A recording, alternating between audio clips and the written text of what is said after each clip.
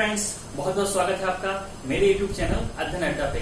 तो दोस्तों, जो पिछली क्लास हुई थी हमने उसमें वैद्युत फ्लक्स के बारे में थोड़ी जानकारी प्राप्त की थी और वैद्युत फ्लक्स का एक फार्मूला हमने निकाला था। क्या निकाला था फार्मूला कि अगर कोई एक क्षेत्रफल है, फॉर एग्जाम्पल हमने कहा ये कोई क्षेत्रफल है और इसके द्वारा अगर वैद्युत फ्लक्स कोई जा रहा है, वैद्युत फ्लक्स जा रहा है, तो इस वैद्युत फ्लक्स ये ई जा रहा है, इसके कारण इसमें जो वैद्युत फ्लक्स होगा, मान लीजिए वैद्युत क्षेत्र की तीव्रता यहाँ पर ई है और ये कोई क्षेत्रफल है, तो अगर इससे ई जा रहा है तो मान लिया कि इसका क्षेत्रफल अगर ए है, तो हमने कहा था क्या होता है बेटा, फाई ई की जो वैल्यू होती है वो क्या होगी, इंटीग्रेशन ऑफ ई और ई ए कॉस थीटा, ठीक है, ई ए कॉस थीटा होगी, हमने बताया था। ये थीटा क्या था बेटा, ई और ए जो है क्षेत्रफल है, उस क्षेत्रफल की जो दिशा होगी और ई के बीच का जो कोण है। यहाँ पर तो बेटा क्या है, ई है और क्षेत्रफल की दिशा मान लो क्या बेटा, ये इधर ही है, ये हमारा क्षेत्रफल समझ रहे बेटा, ये क्षेत्रफल कुछ ऐसे है, ऐसे मतलब क्या, ये हमारा हाथ है, ये इसको ऐसे कर दिया तो क्षेत्रफल क्या हो बेटा, ये वाला क्षेत्रफल, ठीक है, यही तो इसका क्षेत्रफल है। तो अगर ऐसे रख दिए तो इस क्षेत्रफल की दिशा किधर हुई बेटा, क्षेत्रफल की दिशा मैंने पहले वाले जो पिछला वीडियो था उसमें क्या दिखाया था कि क्षेत्रफल की दिशा होती क्या होती, बिल्कुल उसके बाहर की तरफ होती है। तो अगर ये क्षेत्रफल है, इसकी दिशा किधर मानी जाएगी, बिल्कुल बाहर की तरफ। अगर ये क्षेत्रफल है और हमारा जो वैद्युत क्षेत्र की तीव्रता है और उसकी जो वैद्युत क्षेत्र की जो बल रेखाएं हैं वो भी बेटा इधर की दिशा चल रही है, मतलब ऐसे से ऐसे उभी जा रही है, मतलब उनकी दिशा भी इधर की तरफ है और जो इस क्षेत्रफल की दिशा भी इधर की तरफ है। तो बेटा उस केस में क्या होगा बेटा, ये थीटा क्या हो जाएगा, क्या बेटा, जीरो हो जाएगा, क्योंकि वैद्युत क्षेत्र की जो बल रेखाएं होती है उनकी दिशा और जो हमारा क्षेत्रफल ले रहे हैं उनकी दिशा के बीच का कोण क्या होता है बेटा, थीटा होता है। तो इस केस में बेटा क्या होगा, थीटा यहाँ पर जीरो हो गया। लेकिन एक नॉर्मल केस की बात करें, जिसका फॉर्मूला बनेगा बेटा वो क्या होगा, फाई ई बराबर ई ए कॉस थीटा। अगर हमने कहा कि ये वैद्युत बल रेखाएं हैं, ये कुछ इस तरह आकर ये कुछ इस तरह आ रही होती, तो हमने कहा वैद्युत बल रेखाएं जो है इस पे क्षेत्रफल पे इस तरह आकर कुछ इस तरह आ रही होती, मतलब ये इस तरह आकर इसमें से निकल रही होती, इस तरह। समझ में आ रहा है बेटा, समझ में आ रहा है, ये वैद्युत बल रेखाएं ऐसे निकल रही होती। अब देखो बेटा, हमने कहा क्षेत्रफल तो हमने ये ले रखा है, लेकिन जो वैद्युत बल रेखाएं क्या है वो ऐसे आ रही है, ऐसे निकल रही है, ऊपर से आके इधर निकल जा रही है। बात समझ में आई। तो अब क्षेत्रफल की दिशा क्या है, क्षेत्रफल की दिशा तो ये है, और जो वैद्युत बल रेखा है वो ऐसे आ रही है, इसमें से होकर ऐसे निकल जा रही है। तो इसकी दिशा, क्षेत्रफल की दिशा और वैद्युत बल रेखाओं की दिशा के बीच में कौन सा बन रहा है, थीटा बन रहा है। वही वाला थीटा क्या है बेटा, ई ए कॉस थीटा लेते हैं। इस केस में जो पहला भी केस पढ़ा था जिसमें ये वैद्युत बल रेखाएं ऐसे जा रही थी, उस केस में थीटा जीरो हो जाएगा, तो कॉस थीटा की वैल्यू क्या हो जाएगी, जीरो हो जाएगी। जब कॉस थीटा की वैल्यू जीरो, तो कॉस थीटा की वैल्यू क्या हो जाएगी, 1 हो जाएगी। तो वहां से क्या सिर्फ ई ए ही बचेगा। तो अभी इसको हम देखते हैं। तो बेटा जो ये है हमारा फाई ई आया था, ई ए कॉस थीटा, हमने ये इंटीग्रेशन क्यों लगाया था, सॉरी ई ए नहीं है, ई डी ए, ध्यान रखिएगा, ई D A cos theta. E D A cos theta क्यों लगाया था, क्योंकि हमने छोटा सा इस क्षेत्रफल का, अगर ये ए है तो सर छोटा सा पार्ट हमने डी ए काटा था, डी ए वाला छोटा सा भाग काटा था, उस कारण बेटा ई डी ए कॉस थीटा आया था। लेकिन हमको अगर पूरे का चाहिए तो हमने क्या कर दिया था, इसका इंटीग्रेशन कर दिया था। अगर हम इसकी बात करते तो इसका कितना था, ई डी ए कॉस थीटा था भी। अगर इससे ई जा रही हैं तो ऑटोमेटिक इससे भी तो कुछ ई निकल के जा रही होंगी, जो वैद्युत बल रेखाएं होंगी वो इसमें से निकल के जा रही होंगी, तो वैद्युत क्षेत्र की तीव्रता तो वहां भी ए होगी, ठीक है, वैद्युत क्षेत्र की तीव्रता भी वहां भी ई होगी। तो इसकी वैद्युत क्षेत्र की तीव्रता अगर ई है और ये डी ए का क्षेत्रफल है, तो यहाँ पर जो फाई हमारा निकल के आएगा, वो भी छोटा वाला फाई कितना होगा, डेल फाई हमने बताया कितना होता है, डेल फाई अगर हम निकालें तो डेल फाई ई जो छोटा वाला वैद्युत क्षेत्र की तीव्रता आएगी, इसके कारण वो कितना होगा बेटा, जो वैद्युत तीव्रताएं ई जा रही हैं और ई डी ए और उनके बीच का कोण ई डी ए कॉस थीटा ऐसे करना। लेकिन अगर हमें पूरे का निकालना हो तो क्या करना पड़ेगा, इसको हमें इंटीग्रेट करना पड़ेगा। पूरा मतलब क्या, अब ये डेल फाई क्या हो जाएगा, पूरा फाई बन जाएगा, मतलब फाई मतलब पूरे का फाई। डेल फाई छोटा था इसके लिए और फाई क्या बेटा पूरे का बन गया। तो यहाँ से हम देख सकते हैं कि फाई की वैल्यू आ रही है डी ए कॉस थीटा, यहाँ से हम निकालते थे, ठीक है। अब हमने कहा कि अगर ये डी ए हमने पूरा ले ही लिया है तो इस ई ए को हटा दें। इंटीग्रेशन का मतलब क्या, इसको हमने इंटीग्रेट कर दिया, पूरा समाकलित कर दिया, तो जो फाई की जो वैल्यू आएगी हमारी क्या होगी बेटा, वो ई और डी ए को हमने समाकलित तो क्या बन गया, ई ए और आगे क्या है कॉस थीटा। तो क्या बन गया, ई ए कॉस थीटा। यहाँ तक हमने आपको पढ़ा दिया था कि किसी भी जो क्षेत्रफल है, कौन सा क्षेत्रफल, जो बेटा 2D में हो, 2D मतलब इसकी लंबाई और चौड़ाई हो। इसकी देखो लंबाई है कुछ चौड़ाई है, लेकिन हम ये इसकी ऊंचाई बहुत छोटी होगी, उसको नहीं मानेंगे, मतलब उसको एक प्लेट की तरह मानेंगे कि ये प्लेट है, प्लेट की तरह मांगेंगे, और जिसमें ऊंचाई भी होगी उसका केस अभी आगे देखेंगे। ठीक है बेटा, तो हमने कहा फाई जो होगी ई ए कॉस थीटा होगी। अब अगर फॉर एग्जाम्पल अगर हमने कहा कि क्षेत्रफल भी ऐसा है कि उसकी दिशा जिस तरफ है और उसी तरफ वैद्युत बल रेखाएं भी जा रही हैं, तो कोण कितना हो गया 0, थीटा कितना हो गया 0, और उस कंडीशन में कॉस थीटा कितना हो गया 1, कॉस थीटा 1 हो गया, क्योंकि थीटा की वैल्यू 0 तो कॉस थीटा कितना होगा 1, कॉस 0 की वैल्यू क्या होती है 1, तो ये हो गया पूरा 1, तो क्या बचा फाई ई बराबर क्या बचेगा सिर्फ ई ए बचेगा। उस कंडीशन में कब, जब दोनों की रेखाएं, दोनों की जो दिशा है वो समान एक ही दिशा में होंगी। अच्छा, अब ये तो हो गया बेटा एक प्लेट की बात। अब अगर कोई ऐसा आ गया जो प्लेट ना हो कि जिसमें लंबाई चौड़ाई और ऊंचाई तीनों हो, मतलब उसमें घन हो, कोई घन हो, घन का सॉरी उसमें एक वॉल्यूम हो, वॉल्यूम उसका क्या, उसका आयतन हो, तो उस कंडीशन में क्या होगा जरा इसको देखते हैं।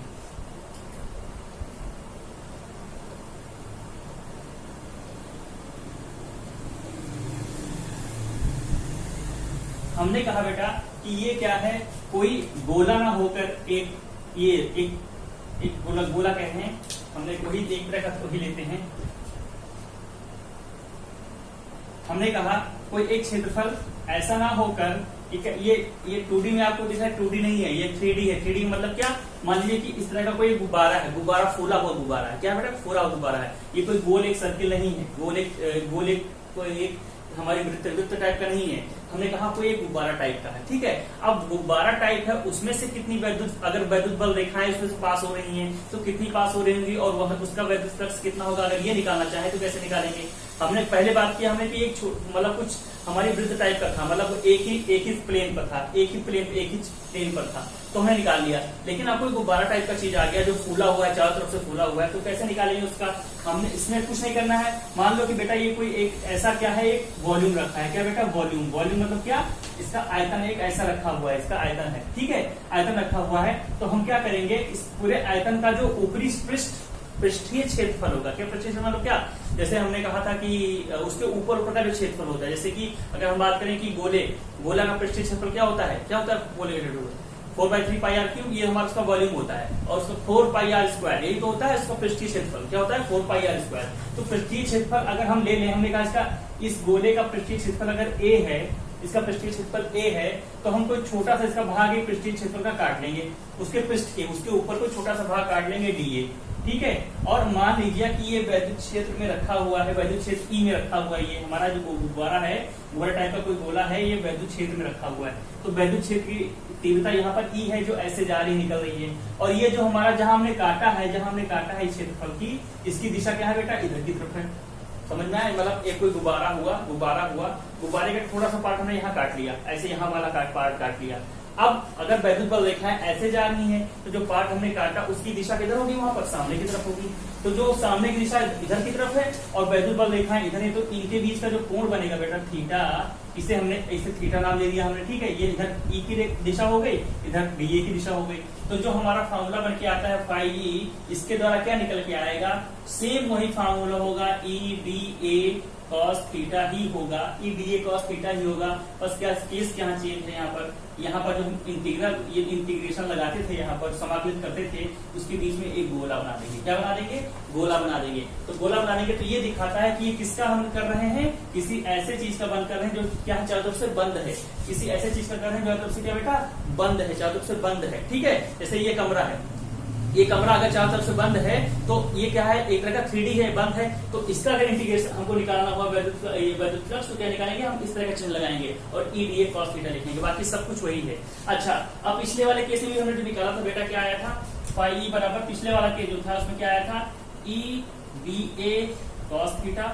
ठीक है, या इसको हल किया तो क्या आया था, ई ए कॉस थीटा क्या आया था, ई ए कॉस थीटा आया था, है ना। अगर इसको हम हटा के लिखना चाहें वेक्टर रूप में, तो कॉस थीटा को हटा कर सकते हैं, फाई ई की इसको हम ऐसे लिख सकते हैं, ऐसे भी लिख सकते हैं, फाई ई बराबर ई वेक्टर में और ए वेक्टर में, ए dot vector E dot vector A, इसका मतलब ही होता है ई ए कॉस थीटा, मतलब इसको तोड़ेंगे, जब खोलेंगे तो ई ए कॉस थीटा ही निकल के आएगा। ठीक है, ऐसे ही अगर इसकी बात करें बेटा, इस वाला जो हमने अभी निकाला है, तो इसमें जो फाई ई की वैल्यू आ रही है, फाई ई बराबर इंटीग्रल ऑफ, अगर हम ई डी ए कॉस थीटा को हल लिखना चाहे वेक्टर रूप में तो कह सकते हैं ई डॉट बी ए। ठीक है, ये किसका हो गया बेटा, ये आयतन वाले का, गोले वाले का हो गया, और ये इसके लिए पहले पढ़ाया था ये उसका हो गया। ठीक है, तो आई थिंक यहाँ से चीजें आपको थोड़ी थोड़ी समझ में आ रही होंगी, आई थिंक समझ में आ रही होंगी। तो ये था हमारा थोड़ा विद्युत फ्लक्स के बारे में, विद्युत फ्लक्स को कैसे निकालते हैं। अब वैद्युत फ्लक्स की कुछ हम बात करते हैं कि इसका यूनिट क्या होती है, इसकी इकाई क्या होती है, और इसका विमेय सूत्र क्या होता है, जब उसके बारे में देखते हैं।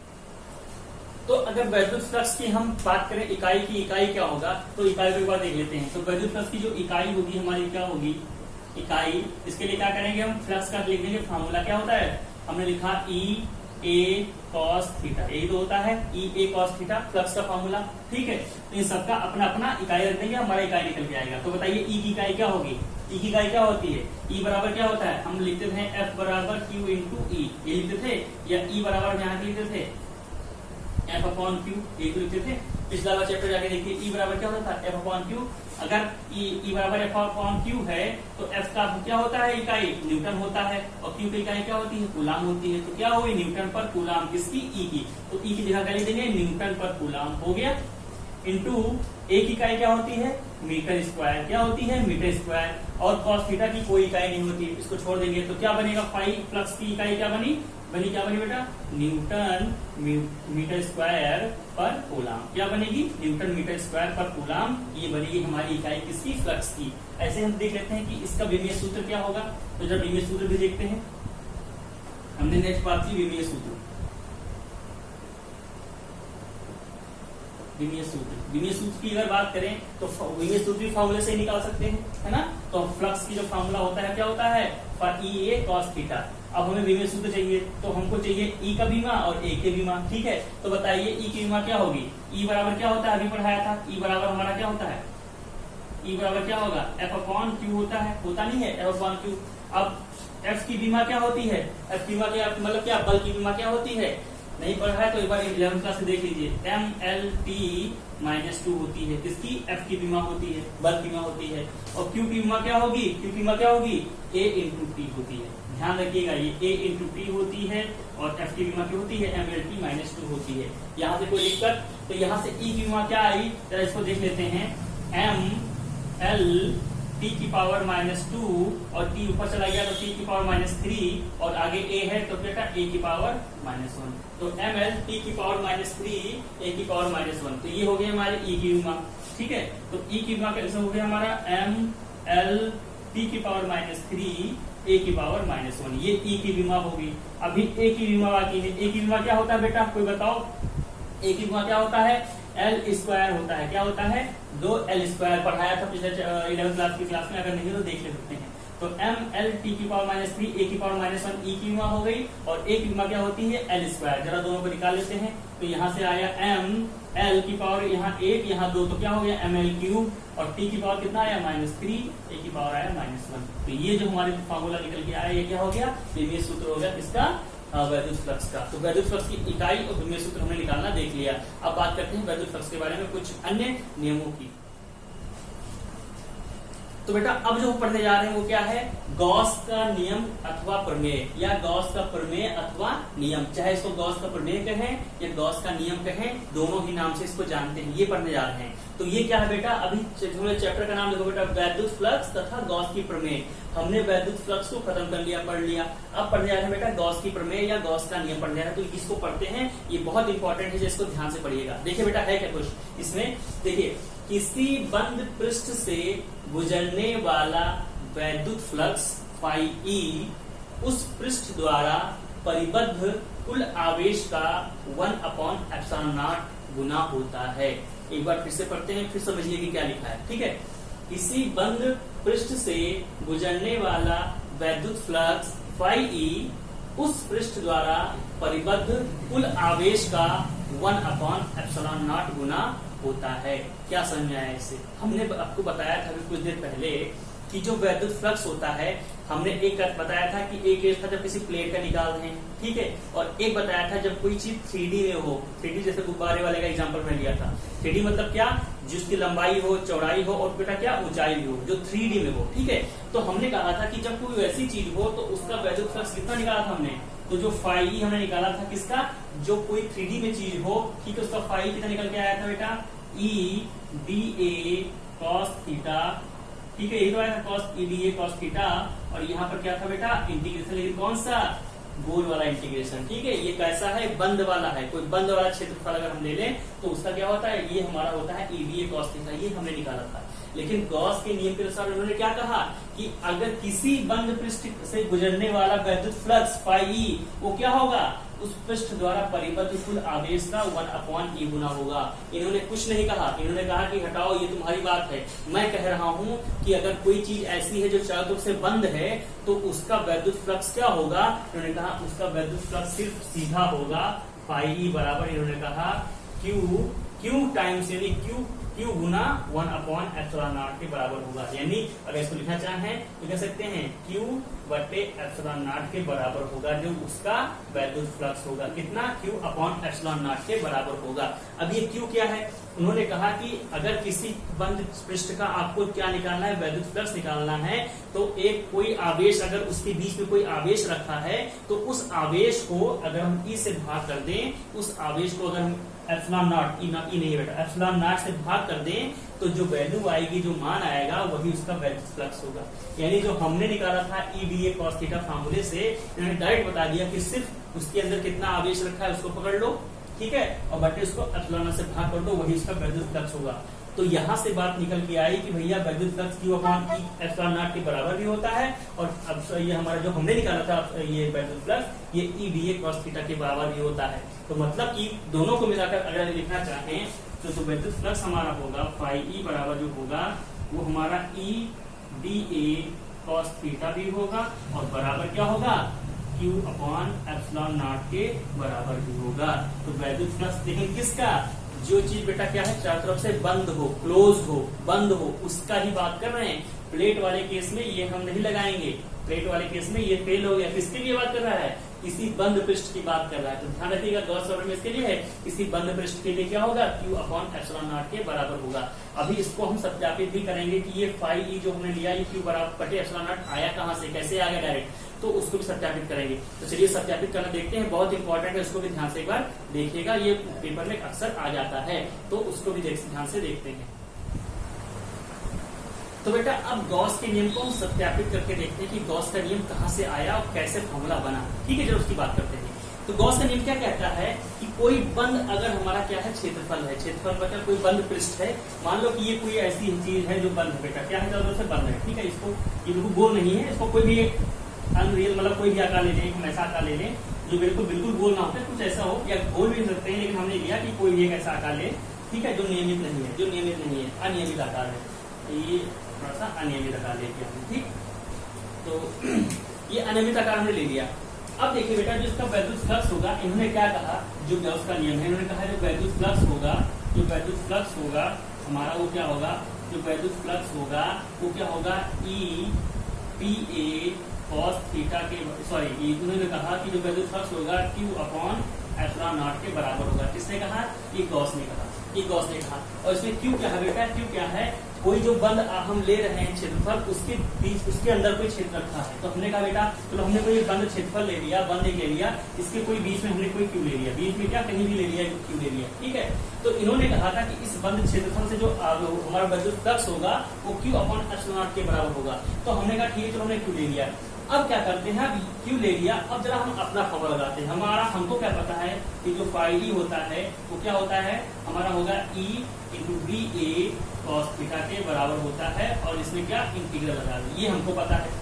तो हम चलेंगे इससे और इससे चल के देखेंगे कि क्या ये प्रूफ होता है कि नहीं प्रूफ होता है, जरा ऐसे चलेंगे। तो देखो बेटा EDA cos थीटा, तो हमने कहा कि चलो हम इस पे एक छोटा सा एरिया, छोटा सा क्षेत्रफल DA काट लेते हैं, ये वाला, ठीक है।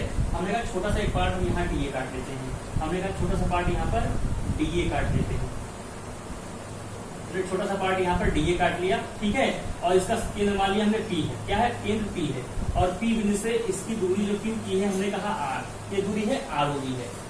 अच्छा अब बताइए ये जो हमने क्षेत्रफल काटा तो ऑटोमेटिक ये क्या बेटा, कुछ यहाँ पर क्या कोण बनाएगा, ठोस कोण, ठीक है। हमने कहा वो क्या आ गया, डी ओमेगा कह दिया हमने, इसको क्या कह दिया, डी ओमेगा, इसको यहाँ लिख देते हैं। हमने कहा ये डी ओमेगा का कोण काट रहा है छोटा सा, ठीक है, पूरा ओमेगा होता है तो ये डी ओमेगा छोटा सा कोण काट रहा है इसमें, ओके।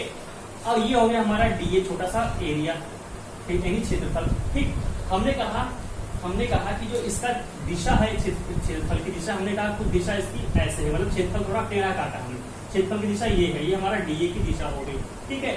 और जो इस आवेश के कारण, इस प्लस क्यू आवेश, इस क्यू के आवेश के कारण जो वैद्युत बल रेखाएं जा रही होंगी बेटा, वो क्या होंगी, इस पॉइंट से गुजरेंगी तो क्या सीधे निकल जाएंगी ऐसे, है ना, ऐसे निकलेंगी वैद्युत बल रेखाएं। तो ये हो गई किसकी दिशा, ई की दिशा हो गई। तो इनके बीच का जो कोण बनेगा, इसको मान लिया मैं ठीक था। तो अब देखो जो हमारा वैद्युत फ्लक्स क्या होगा, जो नियम कहता है कि ई और ये डीए, ई डीए कॉस थीटा निकालेंगे तो हमको मिल जाएगा कि इस क्षेत्रफल से कितना वैद्युत फ्लक्स निकल रहा है। कौन क्षेत्रफल से बेटा, इस वाले क्षेत्रफल से।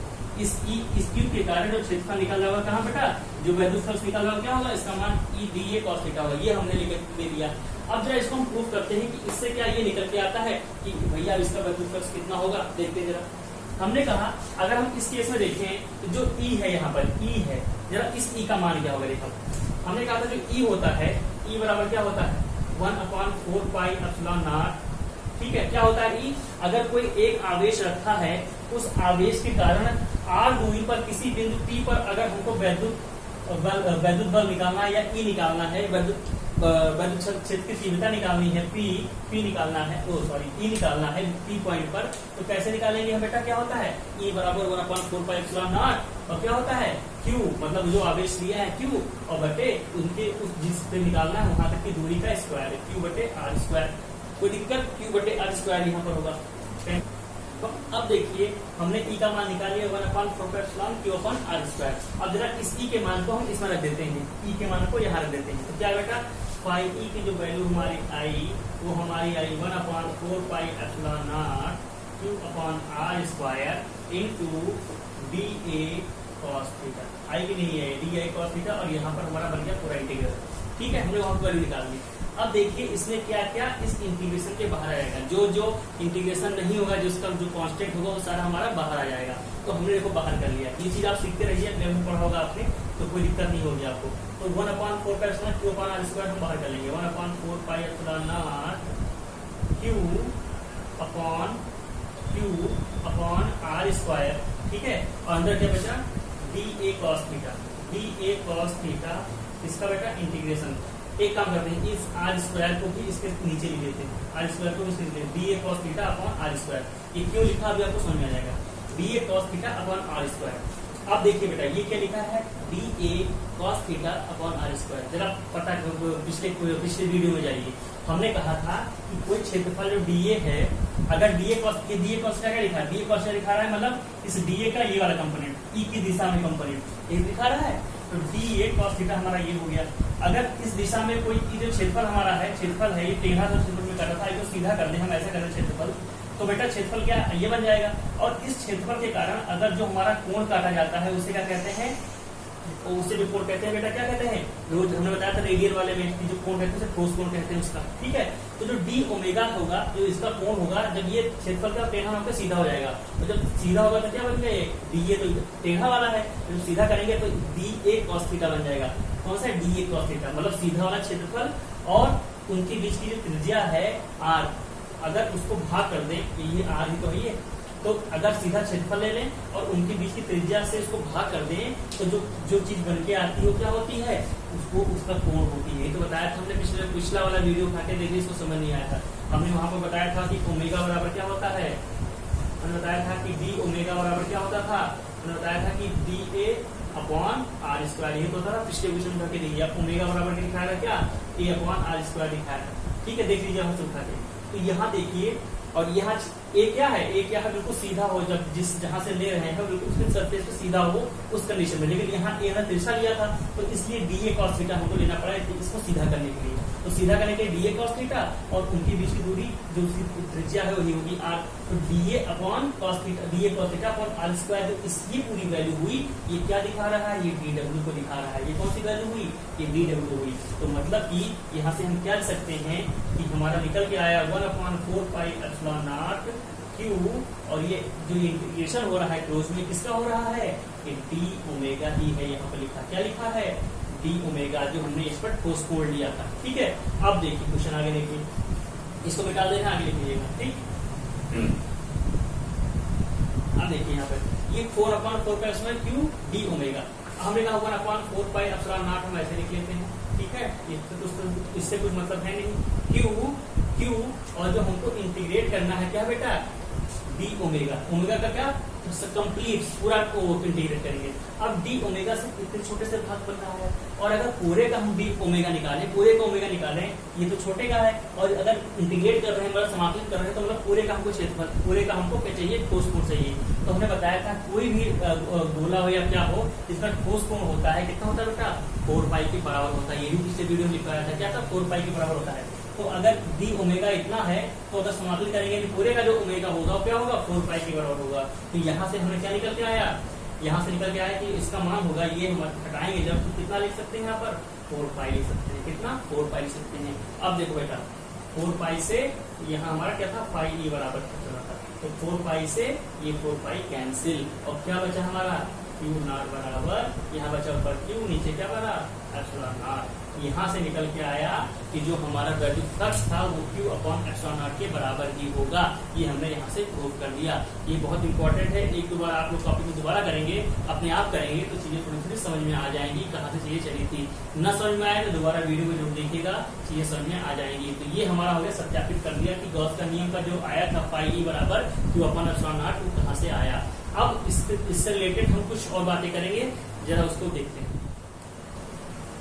तो बेटा हमने देख लिया कि जो गॉस का नियम क्या कहता है कि जो φe बराबर होगा वो Q/ε0 के बराबर होता है जब कोई Q आवेश किसी एक आयतन के अंदर Q आवेश रखा हो, ठीक है, ये बात मैंने बताया। लेकिन अब देखिए अगर बाई चांस यहाँ पर एक Q ना हो, कई सारे Q, हमने कहा Q1 हो गया, एक Q2 यहाँ हो गया, ठीक है, एक माइनस में Q3 यहाँ हो गया, कौन सा माइनस में हो गया, एक प्लस में Q4 करके हो गया, ऐसे करके करके बहुत सारे हैं। तो उस समय जो वैद्युत फ्लक्स होगा क्या होगा बेटा, वैद्युत फ्लक्स क्या होगा, वैद्युत फ्लक्स क्या होगा, जो फ्लक्स होगा वो Q यहाँ पर क्या हो जाएगा, इन सब का योग, क्या हो जाएगा, इन सब का योग, ज्योमेट्रिकल योग, ठीक है। देखो तो मतलब Q1 प्लस Q2 प्लस यहाँ Q3 है तो ये क्या हो गया, माइनस Q3 प्लस Q4, आगे जितने भी हैं सबको जोड़ दो, बटे ε0 कर दो, क्या बटे ε0 कर दो। ये हमारा निकल के आ गया क्या बेटा, ये हमारा निकल के आया जब बहुत सारे आवेश रखे हो तो उस समय जो हमारा फ्लक्स होगा गॉस के नियम के अनुसार वो बेटा इस तरह होगा। तो ये कुछ बातें समझ में हमारे अब आ गई। अब बात करते हैं जो बेटा इसके गॉस के नियम के कुछ महत्वपूर्ण बिंदुओं की बात करते हैं जो हमारे इस वैद्युत फ्लक्स से निकल के आया गॉस प्रमेय के। इसमें हम देखते हैं कि क्या कुछ प्रमुख नियम है या कुछ प्रमुख बिंदु क्या है, जरा उनकी बात करते हैं। तो अब जो हम बात करने आए बेटा गॉसियन पृष्ठ की विशेषता की, गॉसियन पृष्ठ की विशेषता।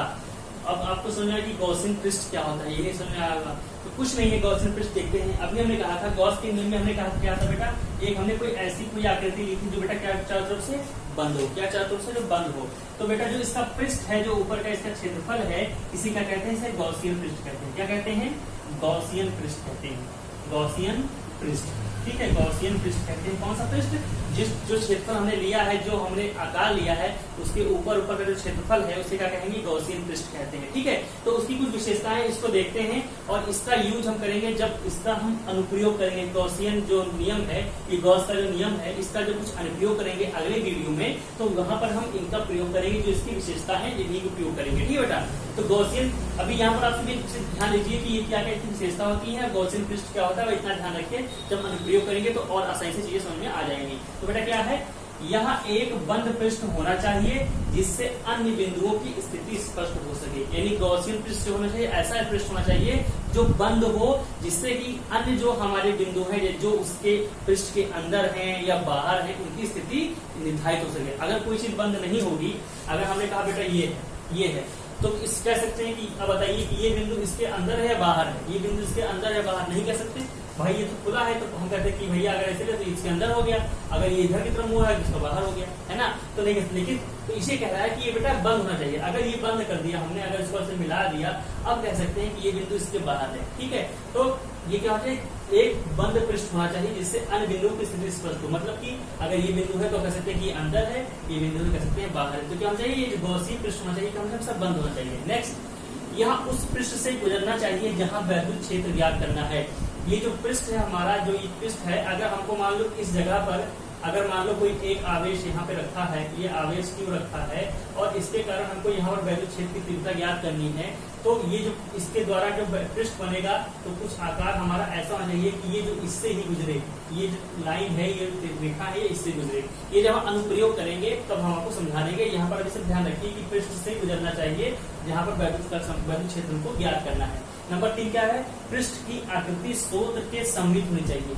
मतलब जो स्रोत है, स्रोत मतलब क्या, जिससे वैद्युत बल रेखाएं निकल रही है, प्रकट हो रही हैं, जो स्रोत है उसके सममित होना चाहिए। अगर हमने कहा कि एक यहाँ पर कोई क्यों रखा है, एक बिंदु रखी है, तो इसका जो सममित क्या हो सकता है बेटा, चारों तरफ ये बराबर है, ठीक है। तो सममित रेखा आकृति कौन सी बनेगी, चारों तरफ है, ठीक है। हमने कहा कि अगर कोई ऐसा है जो आवेश रखा है, इस पे आवेश रखा है, प्लेट है, तो इसकी सममित आकृति कौन सी बनेगी, कोई बेलन होगा तो बनेगी सममित आकृति। मतलब बिल्कुल अगर उसको क्या रखेंगे, बिल्कुल बीच में रखेंगे, ऐसी आकृति बनाएंगे जो हमेशा जो आवेश है वो बिल्कुल बीच में आ जाए और उसके चारों तरफ एक सममित मतलब एक जैसी आकृति बन जाए, ठीक है। ये वाली बात है। तो ये 3 पॉइंट हम अभी आपको ध्यान रखना है।